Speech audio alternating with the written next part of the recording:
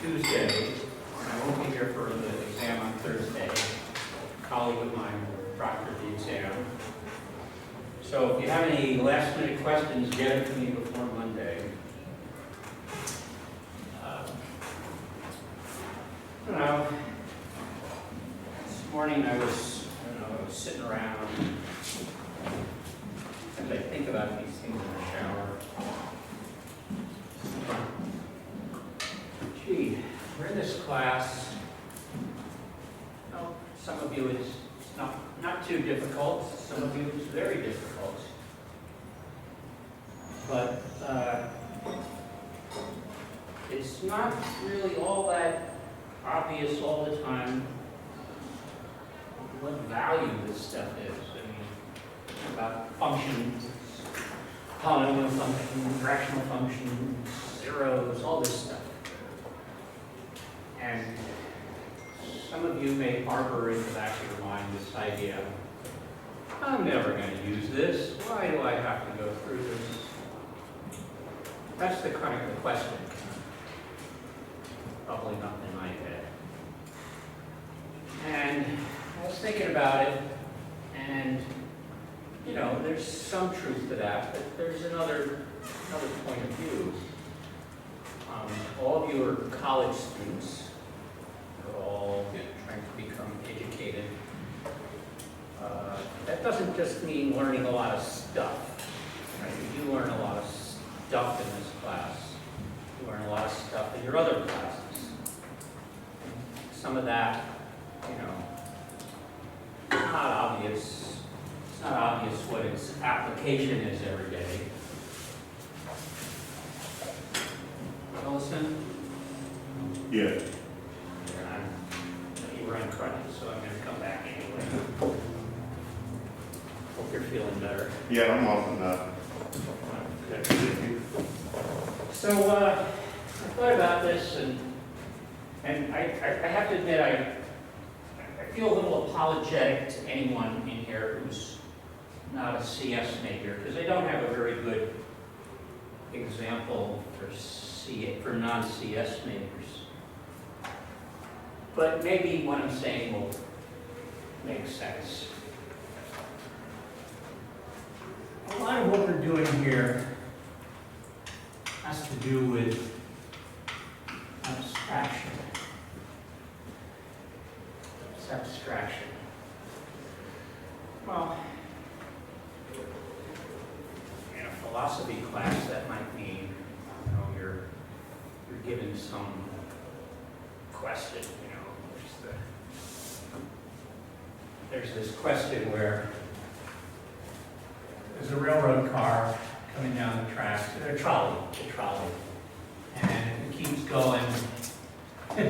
There are 4 or 5 people sitting on the tracks, and they're going to get run over and killed. And you're sitting here over at the switch, and if you switch the trolley, it's going to go over here, and there's just one person who's going to kill. Question. What do I do? Is it okay to switch this? I'm causing someone's death. Is it okay to just let it go through? And, I didn't do anything. It's a question. But in a philosophy class, you're going to talk about it in a more general sense. What is right and wrong? What choices do we make in life? When there's a hard choice, sometimes there's no good answer.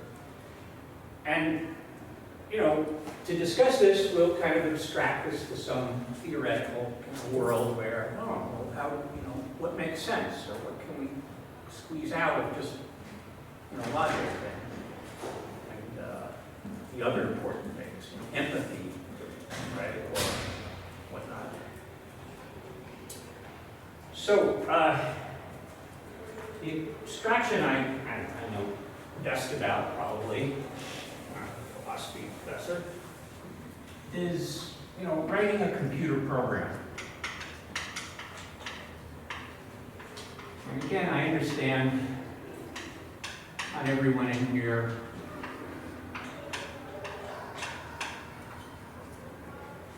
is going to have this chore. Some of you want to make a career out of it. What is writing a computer program about? Well, in a very abstract way, we have some data goes into this black box we call a computer program, and out of it comes data. And what goes on in here, we have to figure out how do we do that given a set of rules. You have a computer programming language, it has a set of rules, it can do certain things. We come up with an algorithm. And then, we actually write code, which is just a bunch of steps. Do this, do this, do this, if this, go here, if this, go here, output some data, input some data. This is a good thing to know how to do even if you don't become a computer programmer, because in life, you sometimes have to think about, how do I get from here to there? Here's my inputs. I'm getting a college education. I want to have a successful, happy life. Does that affect that? I might meet my partner here. It's not really, we're not really organized around that, but it's part of the school. Sorts of stuff like that. But sometimes things are not so easy. I'm not this is easy. And the example I thought of was something I've actually come across, I've had to do one time or another.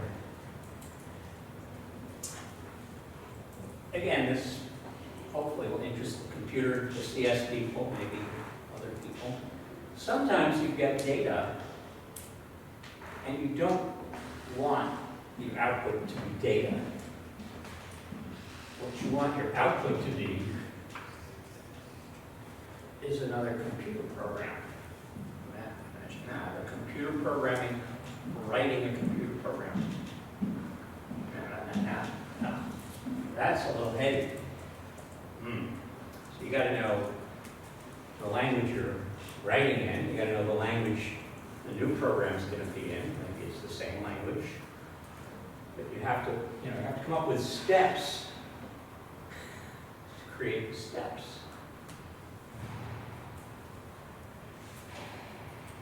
We can even think of an example from this class. Let's say I give you some numbers,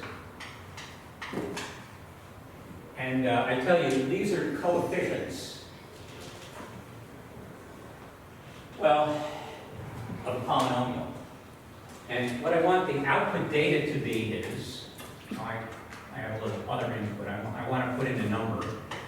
And I want that output to be the value of that number evaluated in this polynomial with these coefficients. Well, I probably could do that with this one program. Maybe I want it to be really efficient. It probably wouldn't be efficient because it's going to figure this stuff out. So I'd actually like to write a program that will write a program that will do that. Now we're deep into abstraction.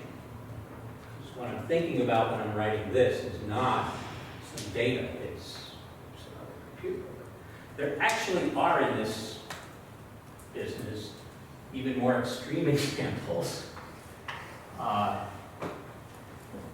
There's a program you may come across, two of them, I think there's Yak and Lex.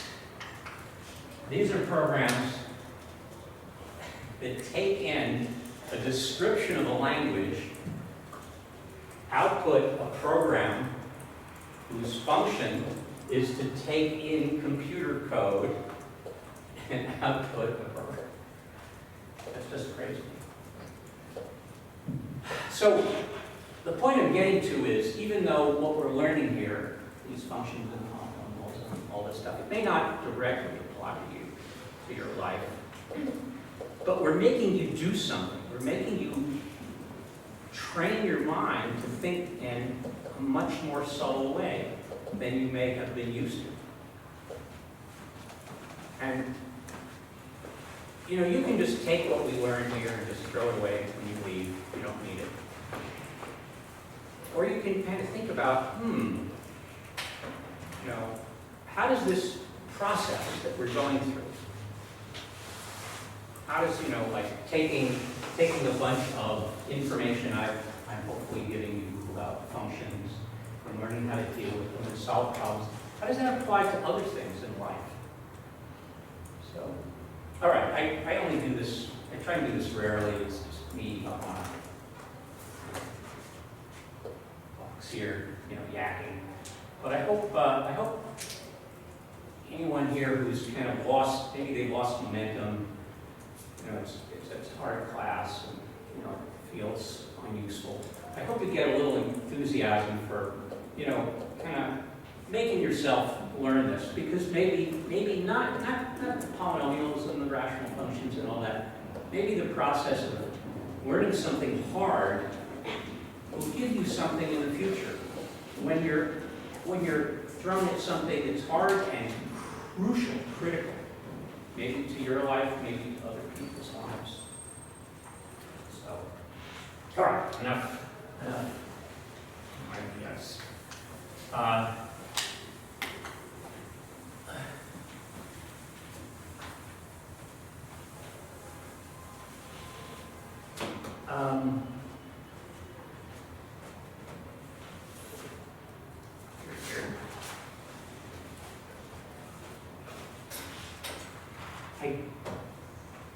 think you all know I put out a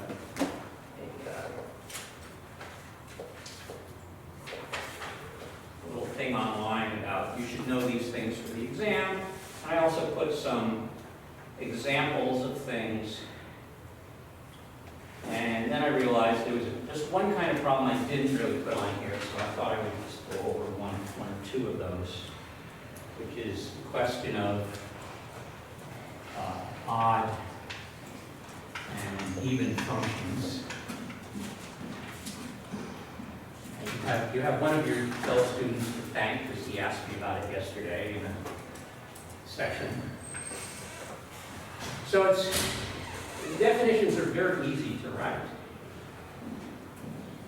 If f of negative x is equal to f of x, it's an even function. And if f of negative x equal to negative f of x, it's an odd function. So these statements are true for all the x in the domain of your function. All right, well, again, it's a very abstract kind of description. What if I give you a function? Just make something up.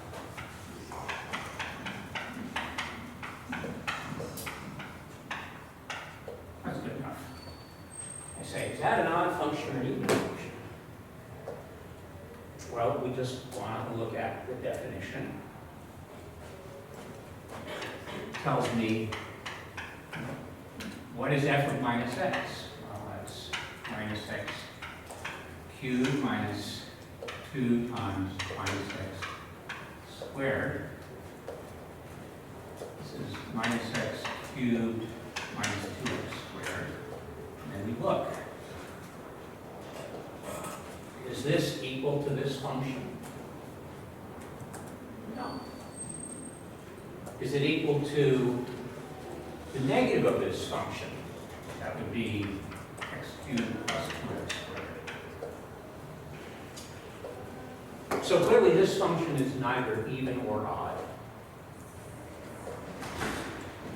Now if it turned out equal, so yes.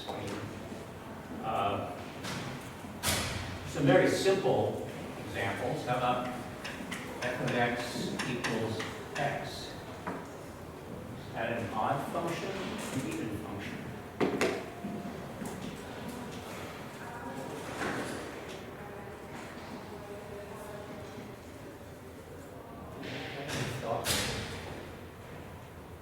I can write it out. Negative x equals, well, it's negative x, which is negative f of x. One bold is a function. All right, that's kind of it for, unless someone has some questions, that's kind of it for quick review of the exam. You're welcome, as I said, to send me questions or request conference until Monday, and then I'm gone. All right.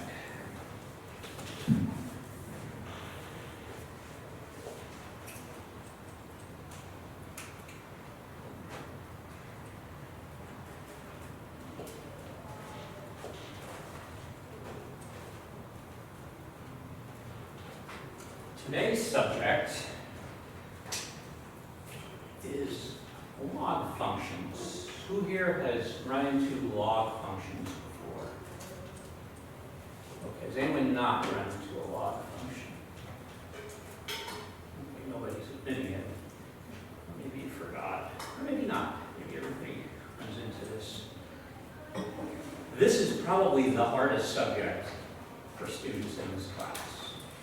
There's some trig stuff that's hard too, but this is probably the hardest thing. I don't think we have nearly enough time to go over it, so if you've had it before, you're way ahead. I'm going to start by asking a question. I have this device. It's from ancient Greece or when I went to school. Made of metal, although they made them of plastic. This is a very nice one. It's made of aluminum. The company Pickett. This used to be like as much as $200. And that was $200 in 1977 prices. This probably was, in $50, $70 range. Anyone know what this is? Okay. Well, this is called a slide rule. And it's used for doing approximate math. Math sufficient for engineers or chemists before we had handheld calculators. So just as a quick demonstration, someone would give me a 3-digit, this is like a magic show, give me a 3-digit number. 363.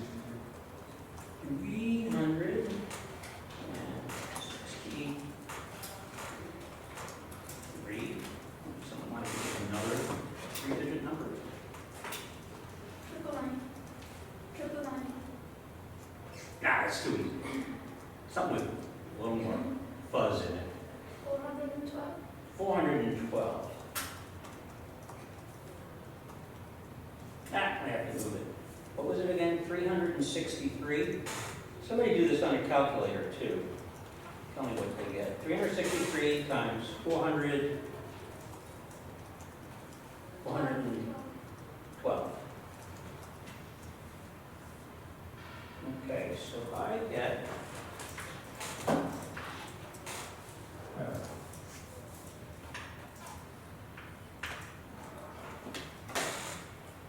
363.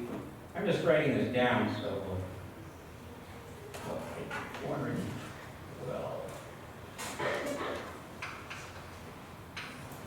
And what do I get here? I get 1, 5. See if I can still do this. Looks like 0 and maybe 2.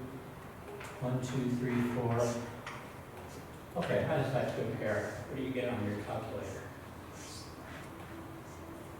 149,556. Okay. There's error. This is only good to 3 figures.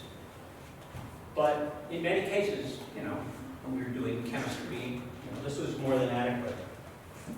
So how the hell does that work? It's just a stick, right? Just a piece of aluminum. That's going to bring us to the subject of logs.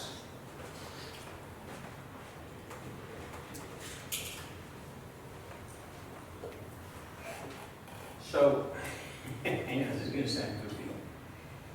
Repeat after me. A log function is an inverse of an exponential function? A log function is an inverse of an exponential function. Thank you. I want you to take that to heart, repeat it many times to yourself. That's the answer to most issues with logs. It's the inverse of an exponential function. Let's see how that works. Here's an exponential function.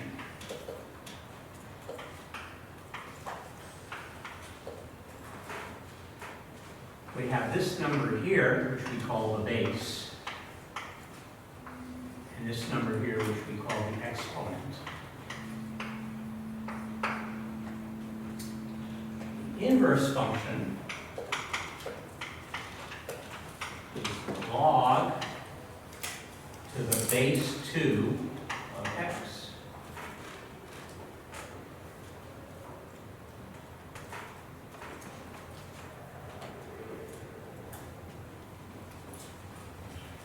So let's just work through an example here. So f of 4 is what? 2 to the 4, what's that? Everybody should do that in their head real quickly. 16. F inverse of 16 is log to the base 2 of 16, which must equal 4. So now look at this. This is kind of weird looking. Like you're trying to think on your own, what is the log to the base 2 of 16? But if you remember that 2 to the x equals 16, and then you think about what x should be, you come up with 4. A log function is the inverse of an exponential function. All right, let's another one. Really want to cement this in here. So f of x equals 10 to the x. That's my exponential function. So my inverse, my log function, is log to the base 10 of x. So take an example. F of 3 is 10 cubed is 1,000. F inverse of 1,000, that's log to the base 10 of 1,000.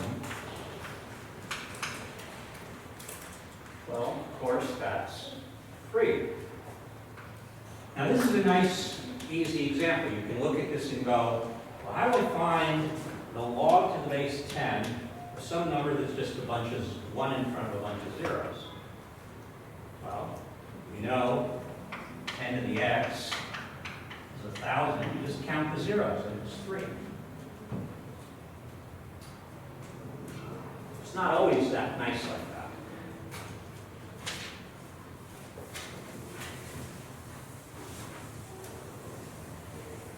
Let's go in the other direction. For this same function here, same log function, let's point 001. That's log to the base 10, 0.001. Don't say anything if you know. Just look at that, especially if you don't know. But sink in for a second, and then think to yourself, wait a minute. 10 to the x equals 0.001. What number do I put here to get this?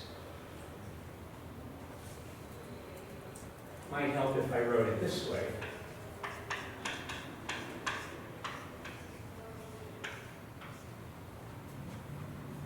Anyone? What's x here? -3. Minus 3.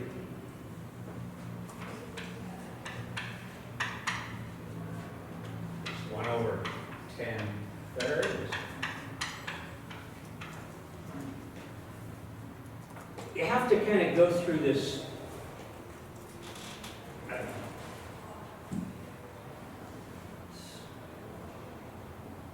You have to go through this in your head. Inverse functions, so how does that work?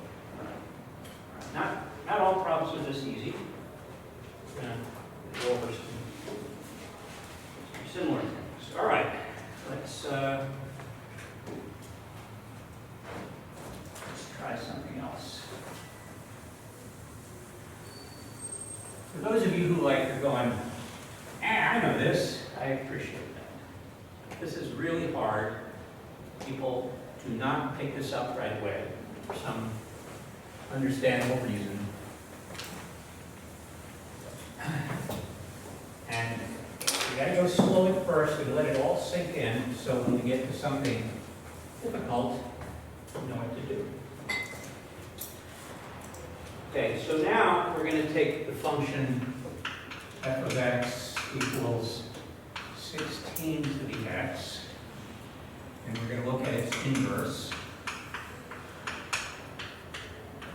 Log to the base 16 of x. We're going to ask this question.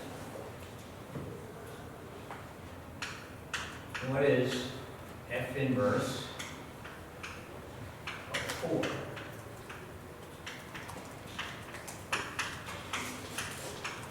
I'm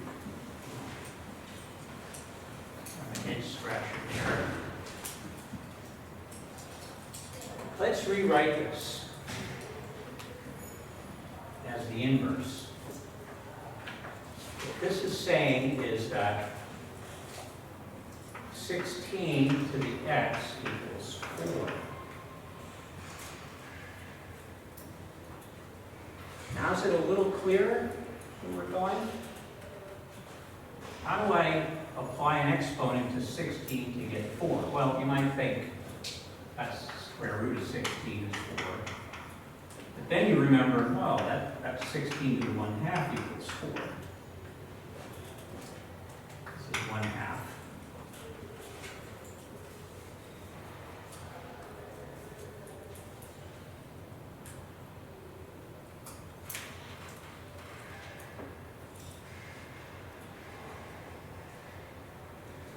Okay, here's another bit of wisdom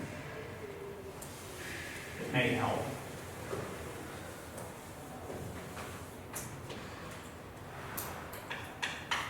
A log is an exponent.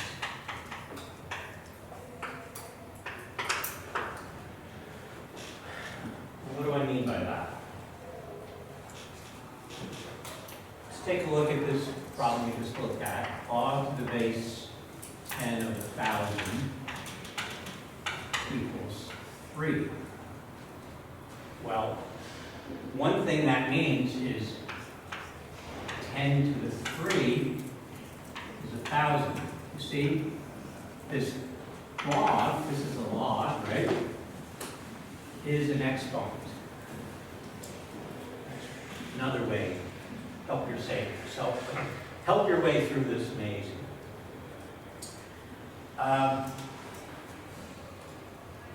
We're going to go over some more of this, but I'm going to tell you right now, you know, if you didn't get it before, if you did not know this beforehand, you really have to work on this. You have to do all the homework problems. Don't just do them once. Do them until you really understand them. Keep in mind, this concept, this is pretty easy. This is not. But yet, they're just the inverse of each other. So think of those ideas. Log is an inverse function of an exponent function. A log is an exponent. And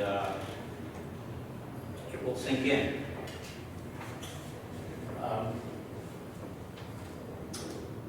Right, I think I already said this, but you'll notice when I talk about the exponential function, I call 16 the base. It's the number we're raising x to.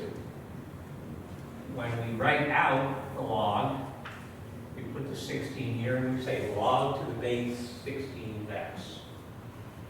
Now, you can put pretty much any number you want that's greater than 1 here, and you will have a decent log function. However, as a practical matter, we run into certain bases a lot. If you look on your calculator, you'll notice there are 2 log functions. One is log, the other is ln. This stands for natural log.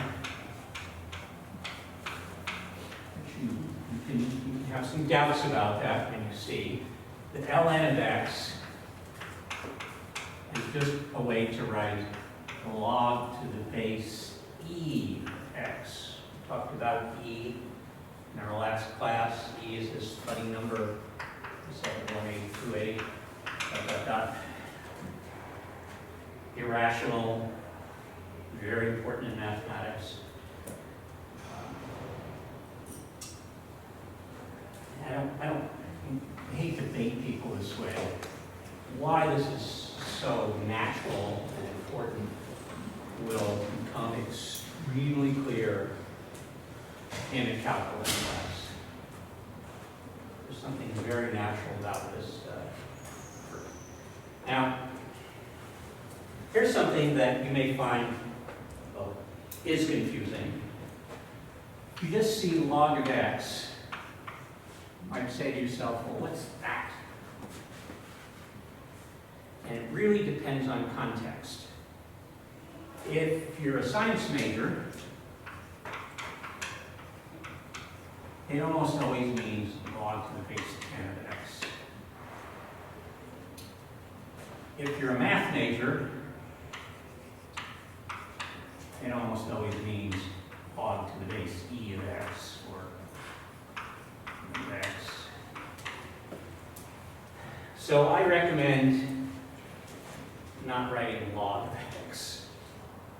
Write what you mean. If it doesn't say, well, try and figure out the context or see if it explains it. It can be kind of confusing. Sometimes when you're using logs, it actually doesn't matter what the base is. But in most cases, you want to know. On your calculator, log is log to the base 10. That's just the way calculators are. I'll try not to use just log unless I really don't care. It really doesn't matter. All right.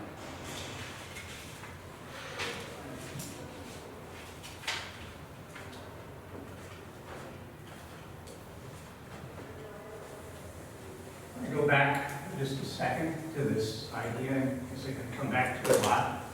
Log is an inverse function of an exponential function.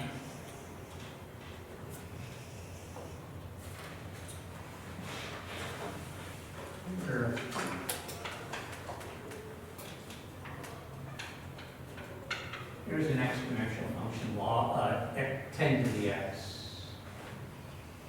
It looks like this. Now, you may remember from earlier in this semester, I made a blanket statement about inverses, which is that if you're graphing two functions that are inverses, that the inverse function will be a reflection across y equals x. And that's, of course, has to be true for a log function.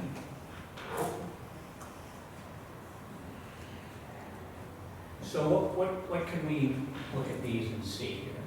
Well, 10 to the 0 is 1. That means log to the base 10 of 1 is 0. It's exactly that point here.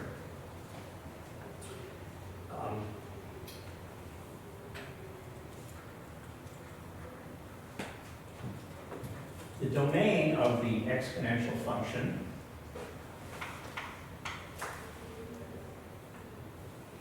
is all real numbers. range is just all positive real numbers. Okay, this is domain, it's range. That's an exponential function. So a log function is going to be the opposite. Domain is going to be all positive numbers, everything from here on. But its range is going to be all real numbers. You should note anything less than 0 all gets crowded into this little space here. And you get, the closer you get to 0, the smaller the exponent. That should all, if you think about that, it should all make sense.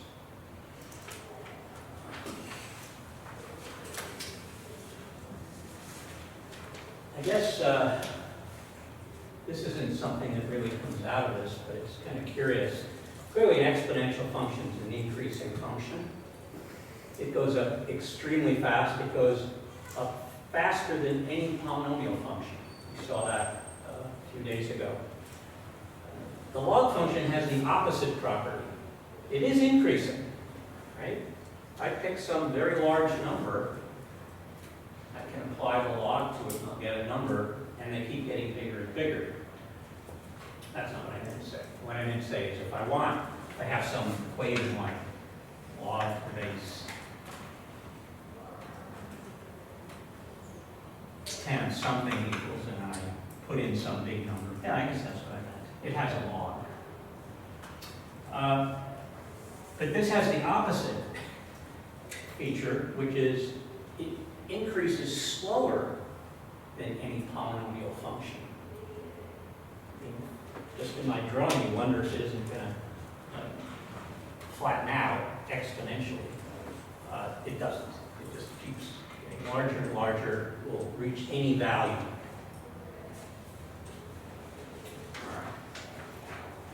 So that's the basic properties of log functions. I'm going to go through some rules of dealing with logs. Hopefully, things that,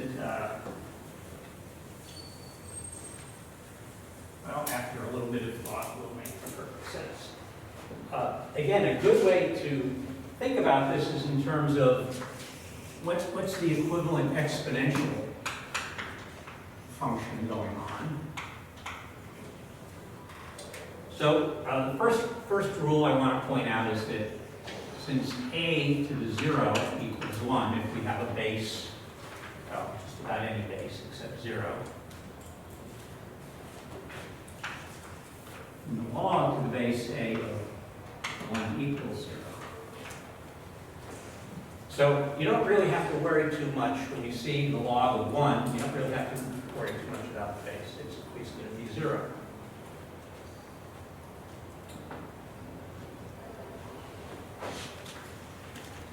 A to the 1 equal to a. So that gives us a nice little equivalence here. Whenever you see log to the base a of a, that's going to be 1. So when e is 1, log to the base 10 is 1. That's something will come up.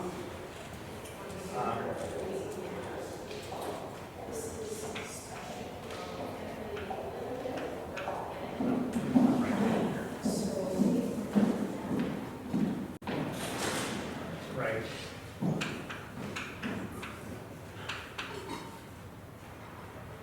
That's how we get it. That's just an inequality. But if I write this, one of these as a log, I get log to the base a of a to the x equals x. That's an identity you want to keep close to home. It's also, if you think about it, it's a consequence. It's a consequence of the fact that these are inverses. Log to the base a of some value, and then I plug in the function, right? That's the same as saying f inverse of f of x equal to, what's inverse of f of x always? I apply the function and I apply its inverse to that value. What do I get? I get x. Right? Inverse functions. Do you see that here?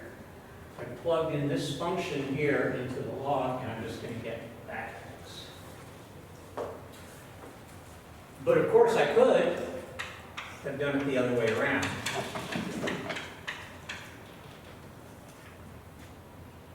I apply the inverse function, the log function, and then I apply f to that. I'm going to get my x back. Well, what does that say? That says a raised to the value log a dx is also x. So these are really useful identities when evaluating logs.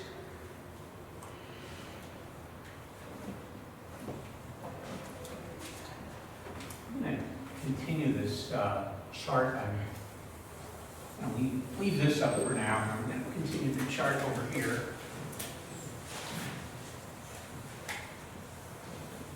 You might want to make a little chart, put it next to you when you're doing the homework, remind you of all these important things. All right, so on this side of the chart, I'm going to write something you all should be very familiar with. A to the x plus y equals, someone read the other way. A to the x times, they regret this, a to the x plus y. That's just our law of exponents. How do we multiply two numbers together that are both have the same base? We can just add the exponents. This might be a good moment to think about, how does the slide rule work? I mean, I've got some numbers here, and numbers here. I kind of adjust this. What am I doing? I'm really adding and subtracting a length. That's what's going on here, and that's why this works, because the numbers are written here along a log scale. You don't have to understand how that works yet. If you're interested, come up during the break and look at it and see. All right, so what this means is the log of x plus the log of y equals the log of x times y.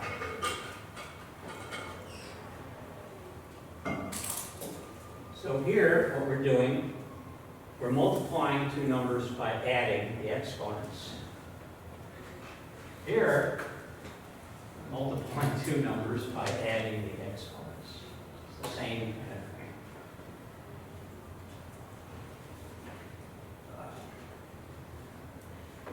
I guess to keep things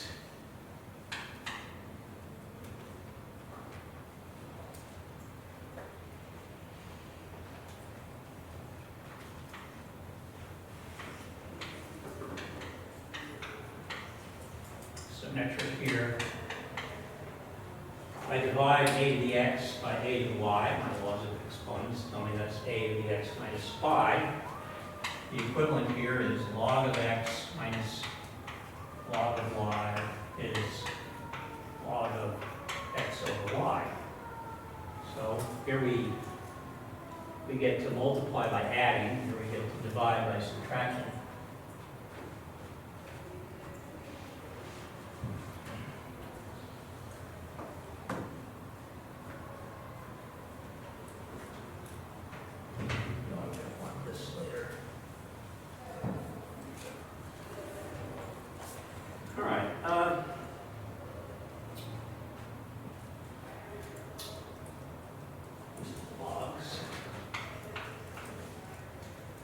before I write the next one, I want you to consider this.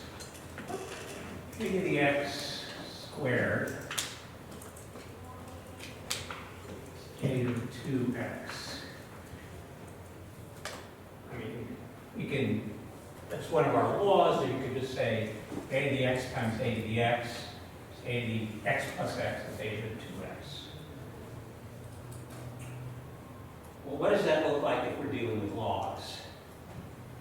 We have log to the base a of x squared. Well, what's that? By this rule here, that's log to the base a of x plus log to the base a of x. This is just 2 log to the base a of x. Now, this is just an example.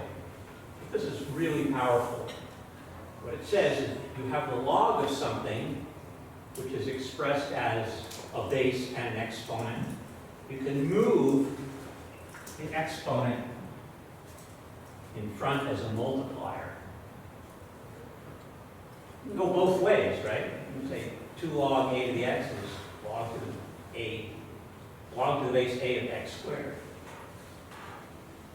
So we have this, I'm just going to write it more abstract.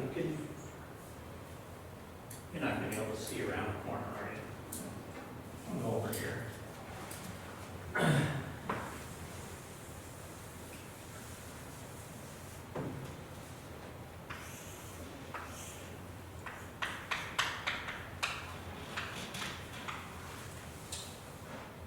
So we have a to the x raised to the b equals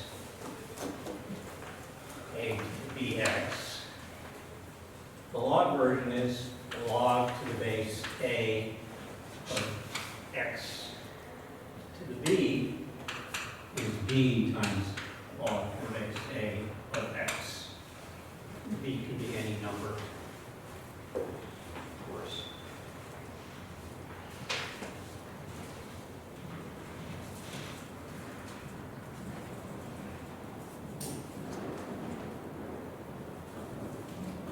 See how close we are to that.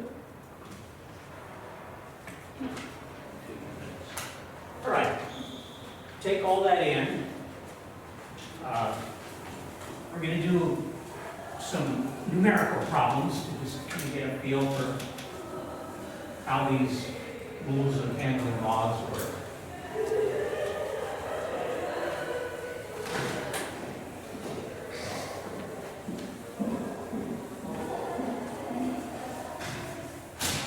You want to be a little creative here in your thinking, because some of these will require that.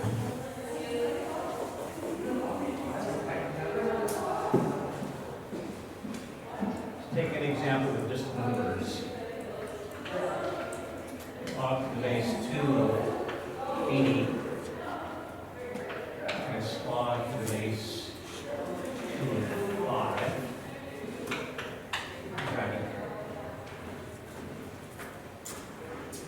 Well, by that rule, this is equal to log to the base 2 of 80 divided by 5.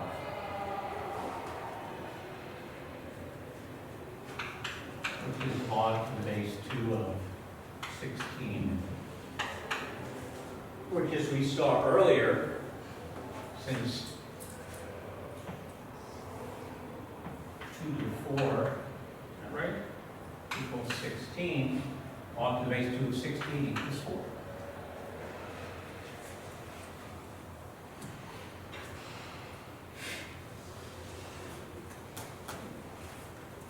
All right, let's do another one. Log to the base 4 of 2 plus log to the base 4 of 32. We're just learning how to simplify these, right? Well, that's going to be log to the base 4 of 2 times 32 equals log to the base 4 of 64.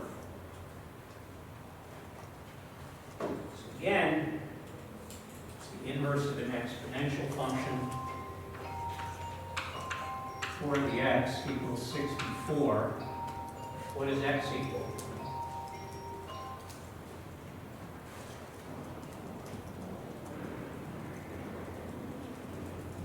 Now throw these numbers around in your head. 4 times 4 is 16. 4 times 16 is 64. So x equals 3. All right, let's take a break for a few minutes. We'll come back and do some more with logs. Do some hard things with logs. And do lots of things.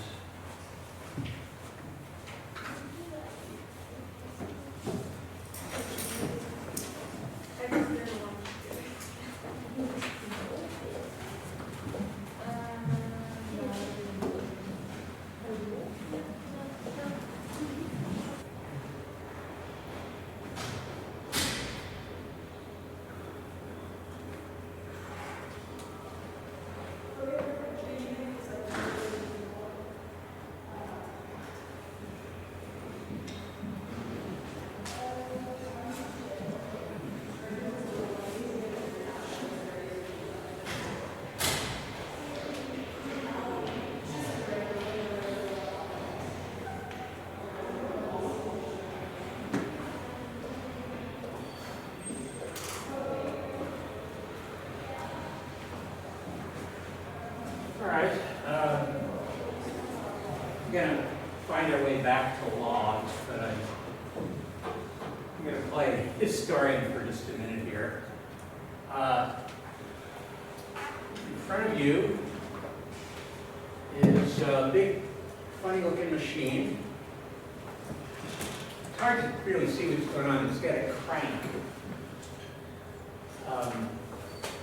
You could put a motor on it, but this was designed, I think a couple centuries ago by a fellow named Babbage. He never built one.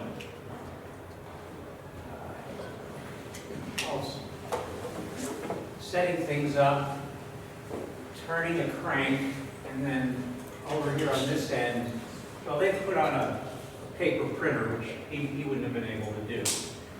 But this is an early computer, a very fixed purpose computer, has some flexibility, but it could generate tables of numbers with specific purposes. It computed polynomial values. You can imagine if you have some polynomial and you're sitting there with your paper and pencil and you put in like 1, 1.001, imagine take a long time. So he designed this machine to take the drudgery out of it. As far as I know, there are 2 of these in the world. And at last noticed one of them is down in Santa Clara at the Computer History Museum. It was there the last time I was there about 7 years ago. I don't know if they're going to leave it there. It's owned by some wealthy guy who I think was one of the people who started Google, paid to have them built. He got one of them. So this thing again would produce tables. Subsequently, certain kinds of tables of numbers, of functions, became very important. Probably first the military. They would produce trigonometric functions because they wanted to know how to shoot, how to raise the cannon to shoot the enemy. But sometime in, I guess, the 30s or 40s, we started building electronic devices. We think of as computers today. Again, probably initially for military purposes, although maybe some research. And, oh, I didn't want to put that away so fast, did I? Sorry. And when I grew up in the 60s and 70s, computers were call mainframe, big mainframe computers that filled the whole room. Again, electric circuits, eventually, made with silicon. And they became available. This is very recent. In the late 70s, the handheld calculator started showing up. Students couldn't afford them at first, except the wealthy, but now they're inexpensive and anybody can get them. So what did we do before then to do calculations? So I already showed you slide rule.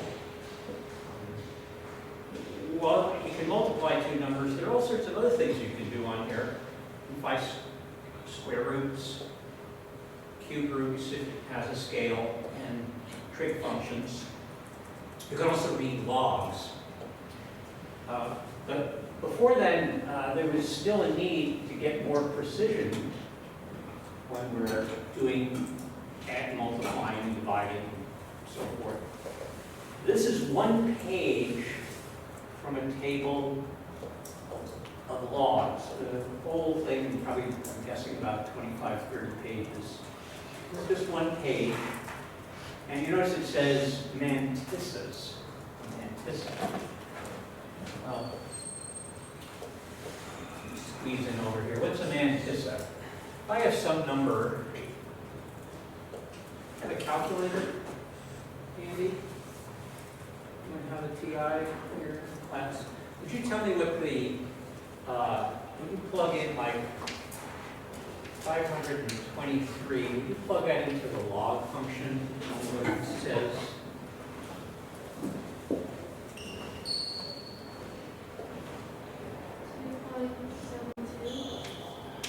.72.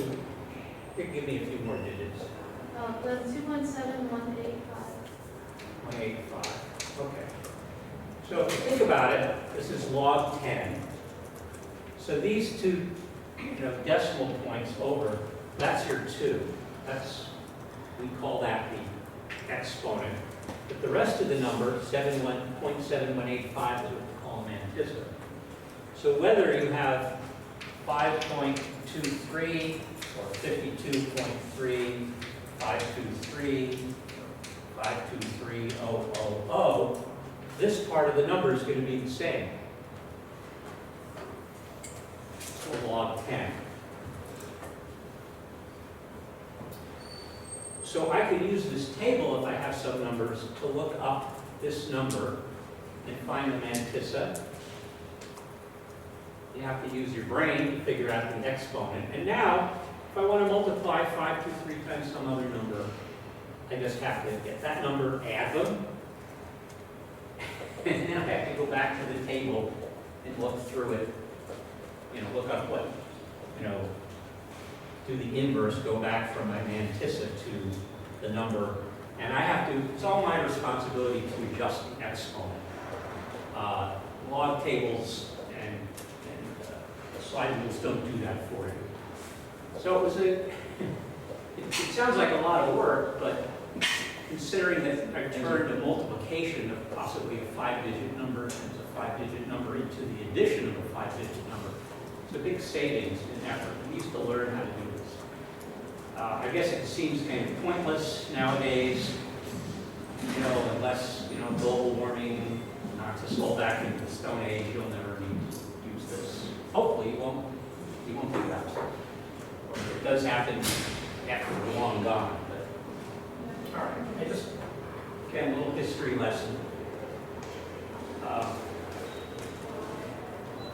Aside from, their abstract use that we're going to deal with here, and their importance in this class, and calculus, and maybe in your own field, we used to just use them to compute. So, all right, let's try another problem here. We're going to do something a little more abstract now, meaning not all numbers.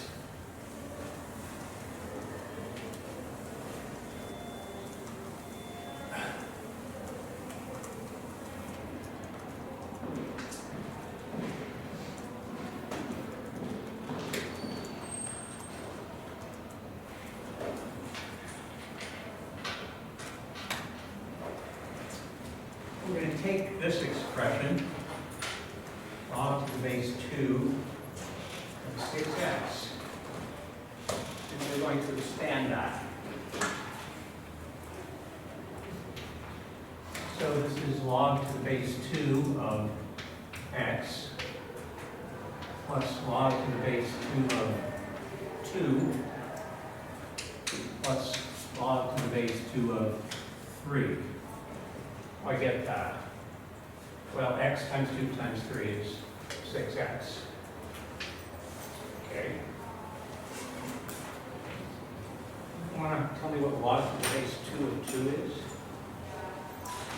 Look at your notes. Yes? It's 1. Ah! Good.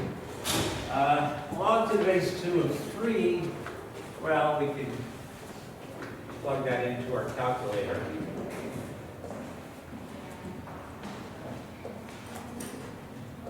One point something.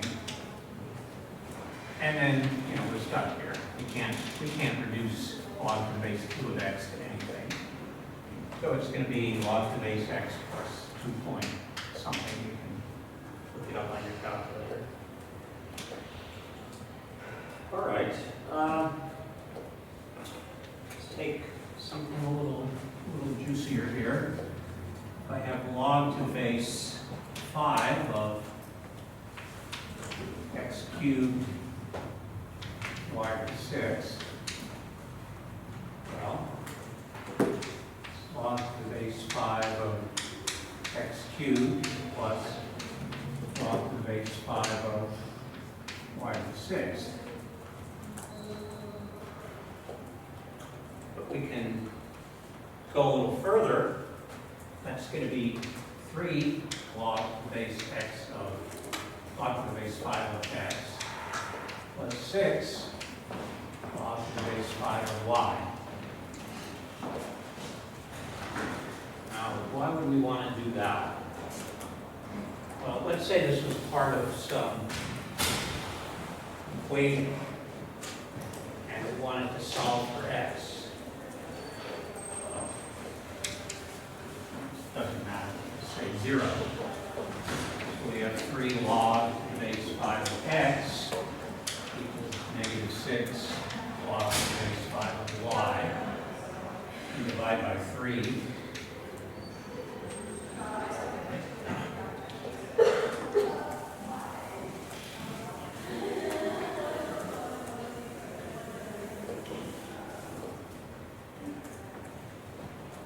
We have log to the base 5 of x equals 2 log to the base 5 of y.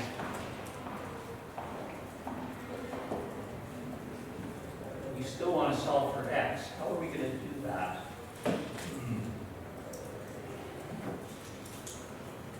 So you can try and use the fact that the log function is inverse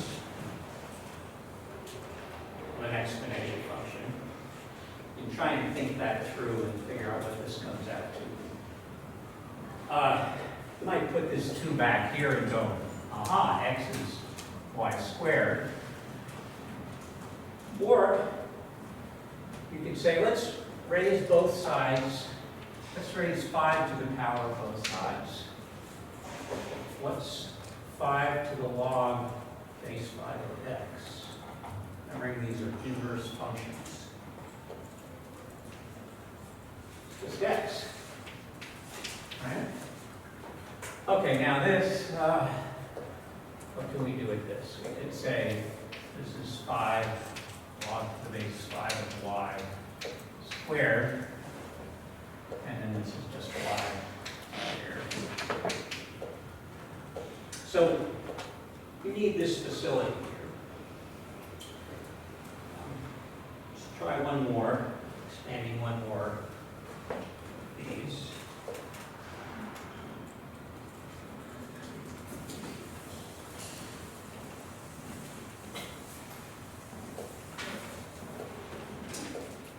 Say,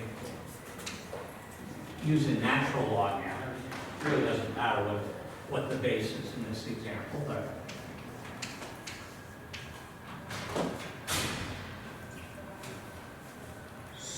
how can I, sorry, a little more complicated, cube root of c. How can I expand this? Do you have any idea?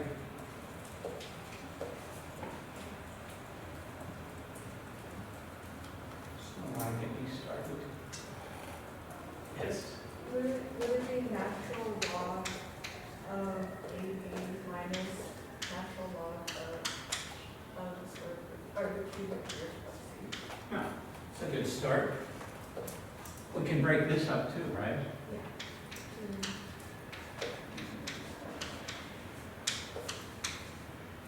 Now, here it's going to become really useful to write roots as fractional exponents, right?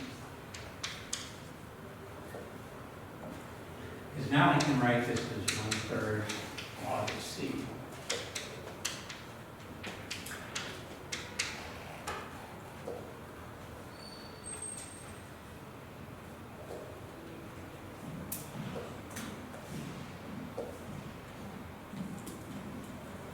All right, so we might want to break something up. We have a table of logs here, and we have A, B, and C. We can just look them up, and now it's just a add and multiply kind of problem. But what if instead of constants we're dealing with some unknown? Maybe we want to do the opposite. So I have C log x plus a half log of x plus 1. And I want to try and combine that. Really what I want to do is consolidate the x's. So, okay. I know what to do here. I can move this exponent back and forth. So this becomes log to the base 10 of x cubed. And this can move over here. I might as well call that what it is, square root of x plus 1. And now I can use the fact that the sum of the logs is the log of their product.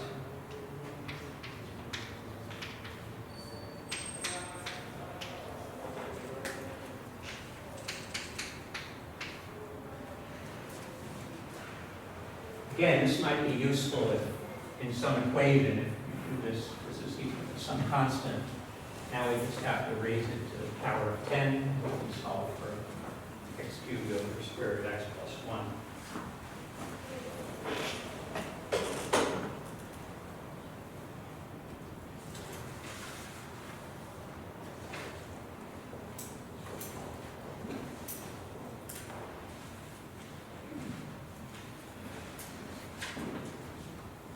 All right, that's the basics for logs.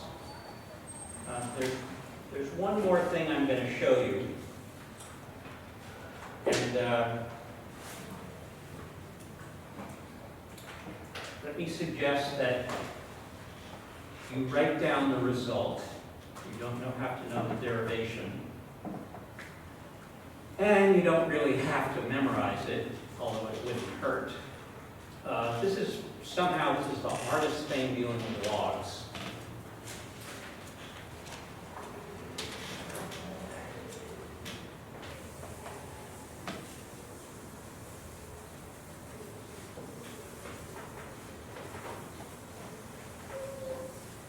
Called the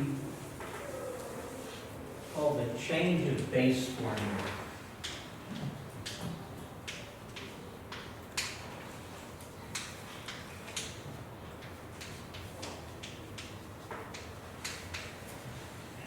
The idea is you have some log to the base A of something, and you want to transform it to the log to the base B.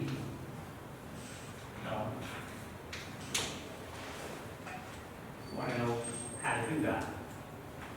Maybe you're manipulating and you want to add two logs, but they're different bases. You have to change one of them before you can use that log rule. So how do we go about this? Well, I'm going to start off by defining log to the base a, that's some number p. And we're going to rewrite that in the exponential form, which is a to the p equals x.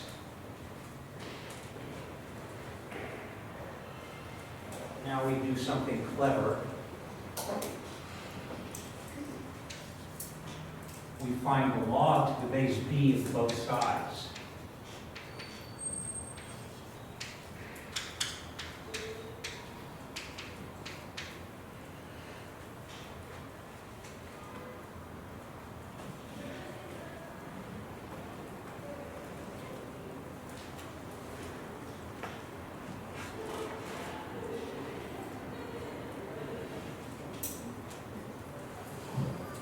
We know we can move this exponent over here.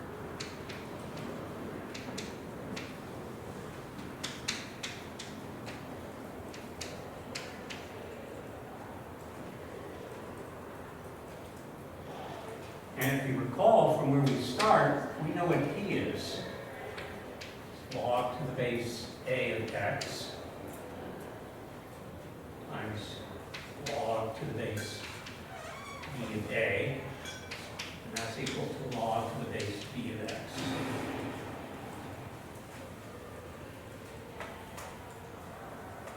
So we're almost there. You can divide by this constant and get log to the base a of x equals log to the base b of x divided by log to the base a of b. No, log to the base b there. Okay, what does this mean? I have some expression that's a log to some base. I want to change it to another base, and I accomplish that by dividing by this constant.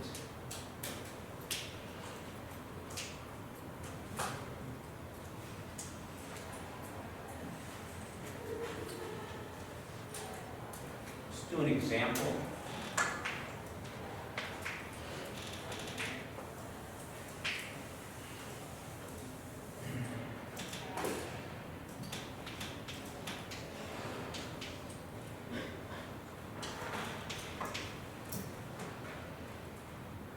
I want to change this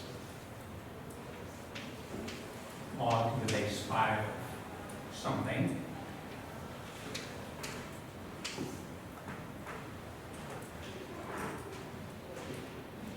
So this is a, this is b. So I divide it by log to the base b of a. So log to the base 25 of 5. That's the same as 25 to x equals 5. What's x? 1/2. So if I substitute in half here, it's just 2 log to the base 5 of 25. Oh, but I know what that is too, don't I? That's 2, it's just 4. That's not right. There's something wrong here. It can't be. Oh, a is 10, sorry. My mistake. Okay, so you can look up log to the, you can do this with your calculator nicely. This fills in a feature that's not on your calculator. You know, in your calculator you can pick any number, and you can raise it to any value you want. In other words, you can have any exponential function, a raised to the b. There's no log to the base b function. but there is a log 10, and there is a natural log. So you can always find out the constant you need to use for this change of base formula. Again, I suggest you jot it down,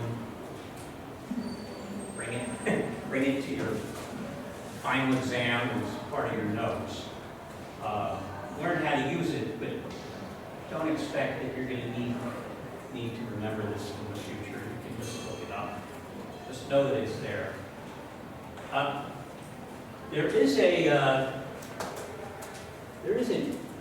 one more piece of information we can squeeze out of this, which is that using this formula, if we substitute for xb, that's log to the base b of b over log to the base b of a. But recall, log to the base b of b is 1.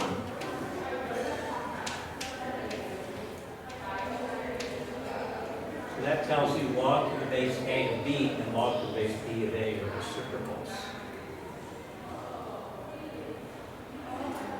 Which should kind of make sense, right? If you multiply through, log to the base a times b, log to the base b times a is 1. That's what reciprocal is, right? Now that didn't make any sense when I said it. It was true, but it didn't really help any.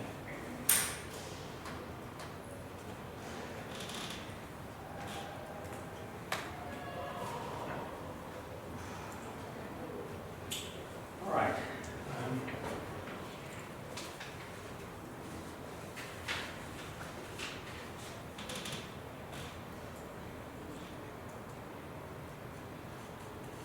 I'm going to do one more example of this.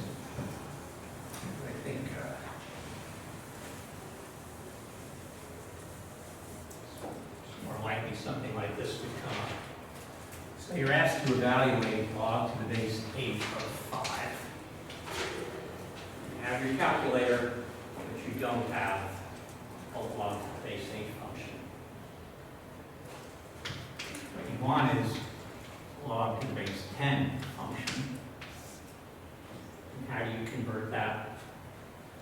So you divide by log to the base 8 of 10. I'm sorry. Log to the base 10 of 8. Both of which are in your calculator. And you plug these in and you divide and you get 0.77398 plus something. So that's the functional use of this. All right, that's all I have for logs. If anyone wants to use up some of the added time in class, review for the exam, I'm here, all the way around. Good luck on Thursday.